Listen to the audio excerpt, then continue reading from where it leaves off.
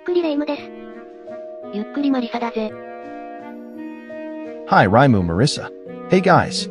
The Ship of Theseus, the identity mystery that nobody can solve. ゆっくりしていってね。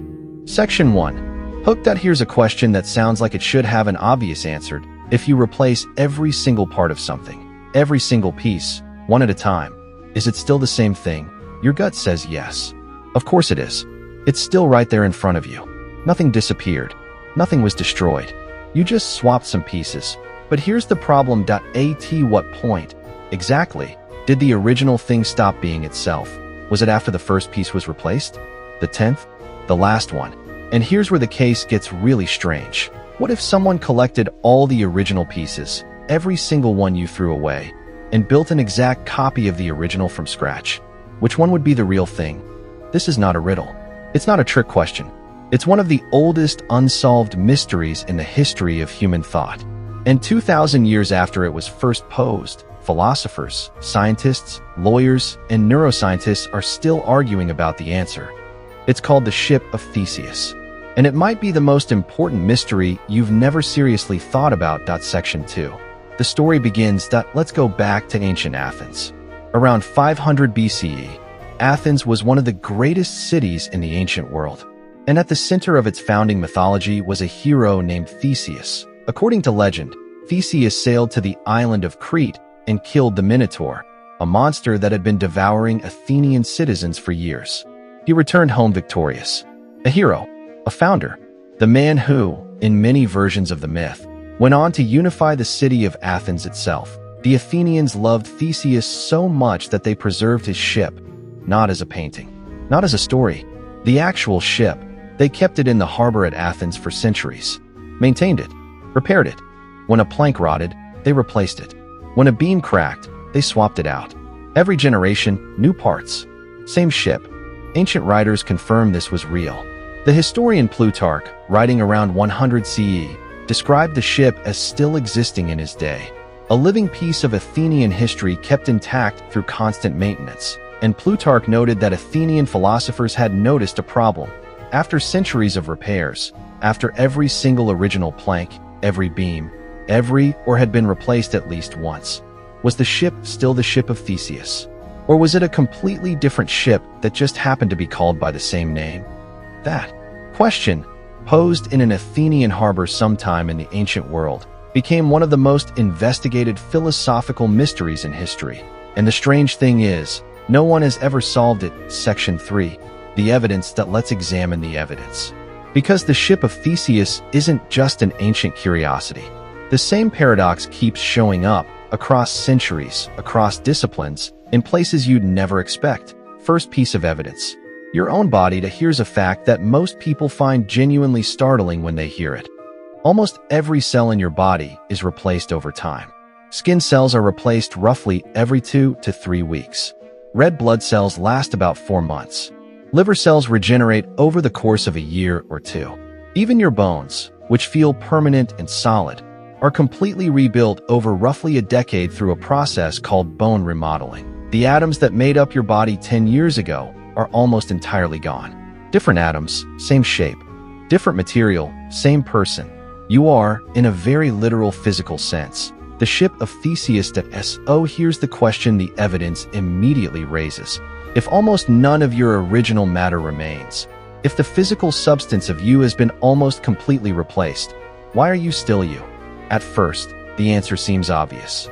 It's because of memory, because of personality, because of continuity. The replacement happened gradually, one cell at a time, and the pattern stayed intact. But then investigators pushed further and discovered something unexpected. Second piece of evidence. The brain exception. It turns out that most neurons, the cells in your brain, are not replaced. Unlike almost every other cell in your body, the neurons you are born with are largely the ones you die with. The physical, but the ship they form is always changing. Which version is you? Third piece of evidence. The Thomas Hobbes twist. Here's where the mystery gets its sharpest edge. The philosopher Thomas Hobbes, writing in the 17th century, took the Ship of Theseus paradox and added one devastating detail. Suppose a clever shipwright saved every plank as it was removed from Theseus's ship. every rotted board, every cracked beam. Slowly, piece by piece, he stored them all away. Then, when the last original plank had been replaced, when the ship in the harbor was made of entirely new material, he used all the saved originals to build a second ship. An exact copy of the original, assembled from the genuine original parts. Now there are two ships in the harbor. One has continuous history. It was maintained without interruption, always in use, always called the Ship of Theseus. The other has the original material, every single plank that Theseus himself sailed on. Which one is the real Ship of Theseus? This isn't a hypothetical designed to confuse. The same dilemma plays out in real courts, in real disputes. Every year that a vintage guitar worth $500,000 has its neck replaced. Is it still the same guitar? A restored painting has 60% of its surface repainted by conservators. Is it still the original work? A company is bought. All its employees are replaced, its products are discontinued, and only the name survives. Is it still the same company? These cases go to court, and courts don't always agree. Fourth piece of evidence. The case of Trigger's broomed eye in the 1990s, a British television show called Only Fools and Horses made the Ship of Theseus famous to an entire generation through a single joke that a street sweeper named Trigger brags that he's had the same broom for 20 years. His friends are impressed, until he admits the broom has had 17 new heads and 14 new handles. The joke lands because everyone immediately feels the contradiction. Of course it's not the same broom. How could it be?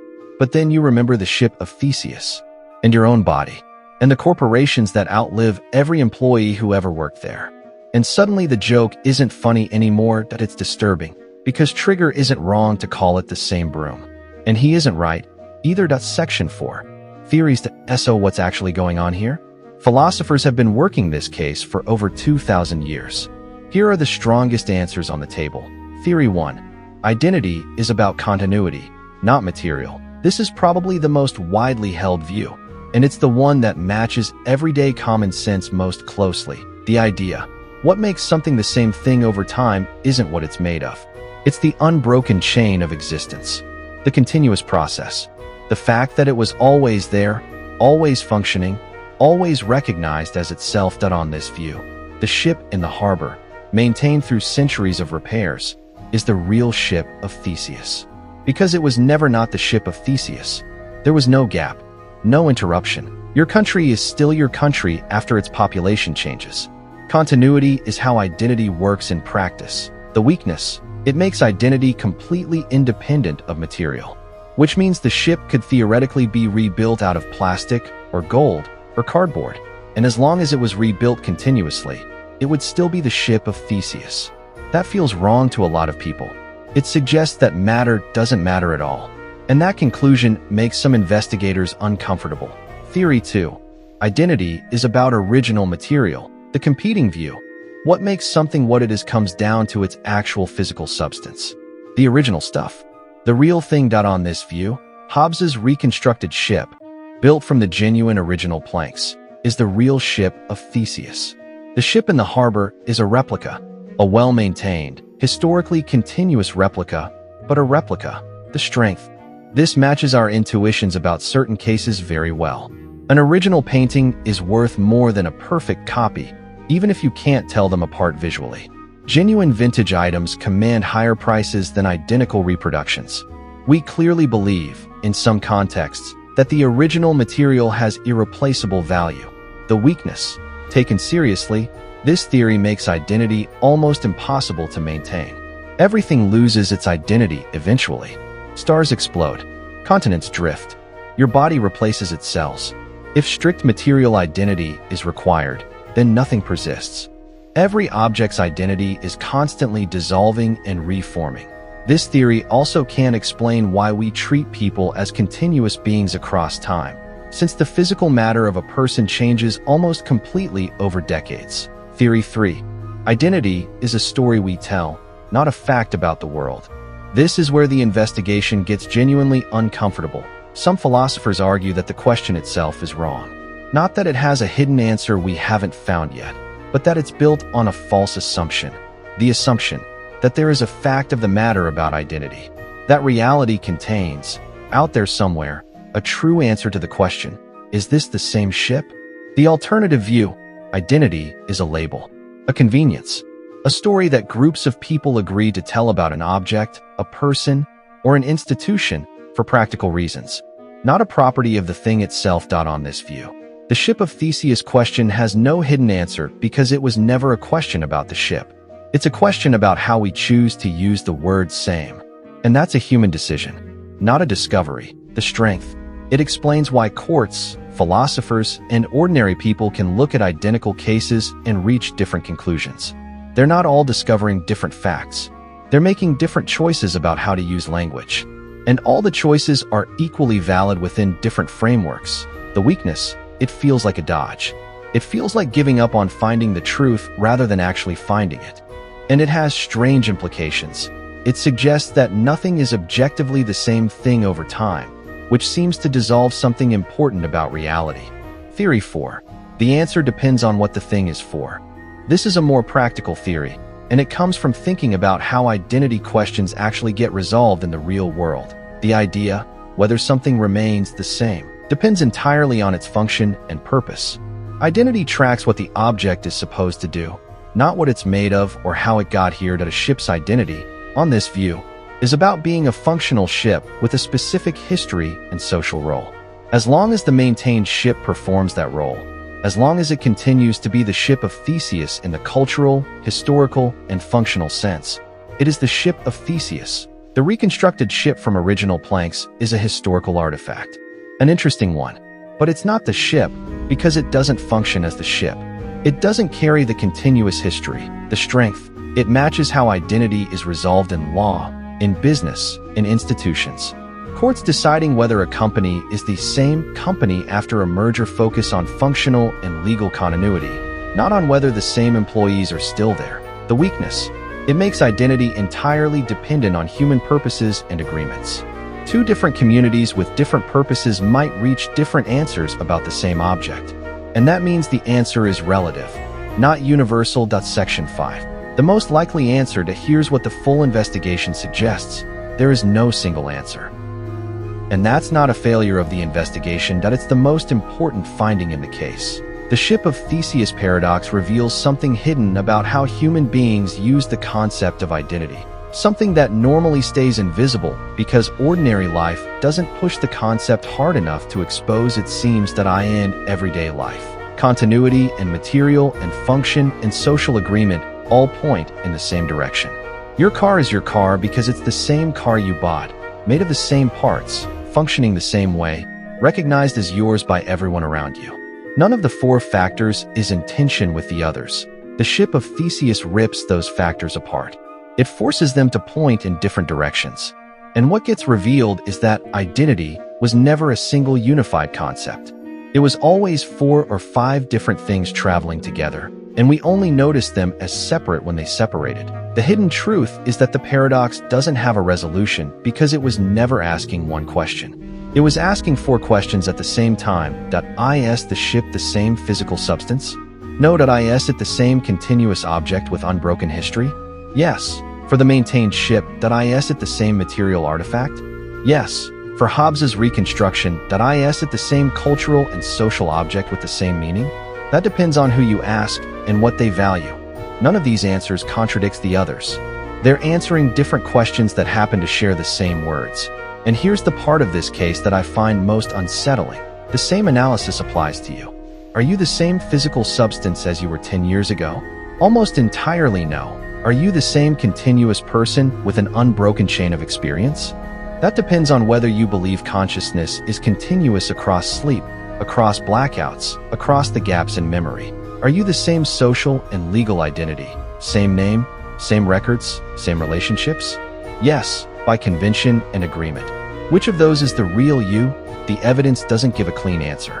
And the investigators, the philosophers, the neuroscientists, the legal scholars, all keep finding different things true at the same time. And that's what makes this the most personal, unsolved mystery in the documentary. It's not just about a ship. Section 6. Conclusion. Here's what stays with me after going through this case. The Ship of Theseus is 2,000 years old.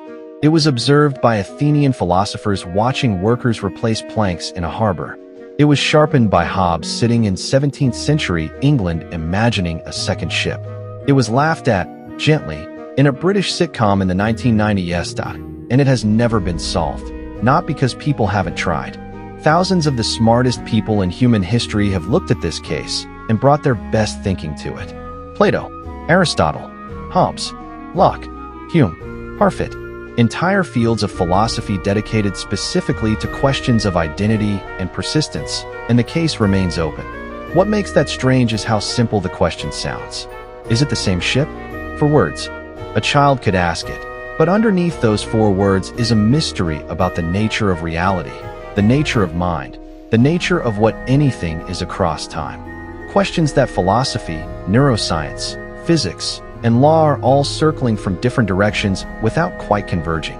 The investigation keeps returning to the same uncomfortable finding. The concept of identity might be a tool humans invented to navigate the world, not a fact carved into the structure of reality. And like all tools, it works well within its design range and starts to break down when pushed to extremes. Theseus's ship pushed it to an extreme. And the tool cracked. Here's the detail I can't let go of right now. In museums around the world, there are objects on display behind glass. Ancient artifacts, historical relics, pieces of famous ships and buildings and artworks, presented as the real thing. The genuine article. The original. And in almost every case, some percentage of what you're looking at has been restored, replaced, repaired, or reconstructed. The sign says original. The object has been partially rebuilt. Is the sign accurate? Are you looking at the real thing? The curators believe you are. The donors who paid millions to acquire it believe they own the real thing. The scholars who study it treat it as authentic. And maybe they're right. Or maybe. If you took every restored piece out and counted what remained, you'd be standing in front of Trigger's broom. The ship is in the harbor. It looks exactly like the Ship of Theseus. Nobody can prove it is. Nobody can prove it isn't.